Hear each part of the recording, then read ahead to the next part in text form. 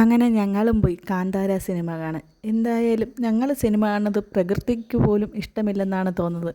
കാരണം ഞങ്ങൾ ഇറങ്ങാൻ തീരുമാനിച്ച സമയം മുതൽ മഴയായിരുന്നു. ഇൻകോട്ടുള്ളതുകൊണ്ട് തൽക്കാലം രക്ഷപ്പെട്ടു. എങ്ങനെയൊക്കെ സിനിമ തുടങ്ങുന്നതിന് മുമ്പ് അവിടെ എത്തിയ സമയം മുതൽ മഴ എന്തായാലും ഇല്ലായിരുന്നു. സിനിമ കാണാൻ കൂട്ടിന് കാർത്തൂം ഉണ്ടായിരുന്നു.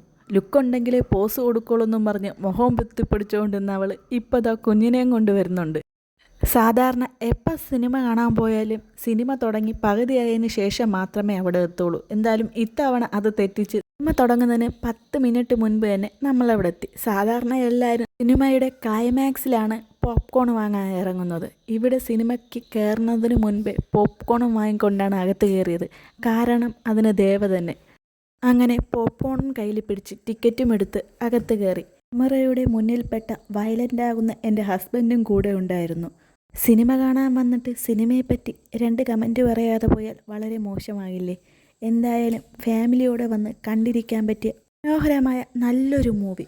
ഫാമിലിയായിട്ട് വന്ന് കാണാൻ പറ്റിയ അടിപൊളി ഭൂമി. ഉറങ്ങാതെ കണ്ടിരിക്കാനും പറ്റും.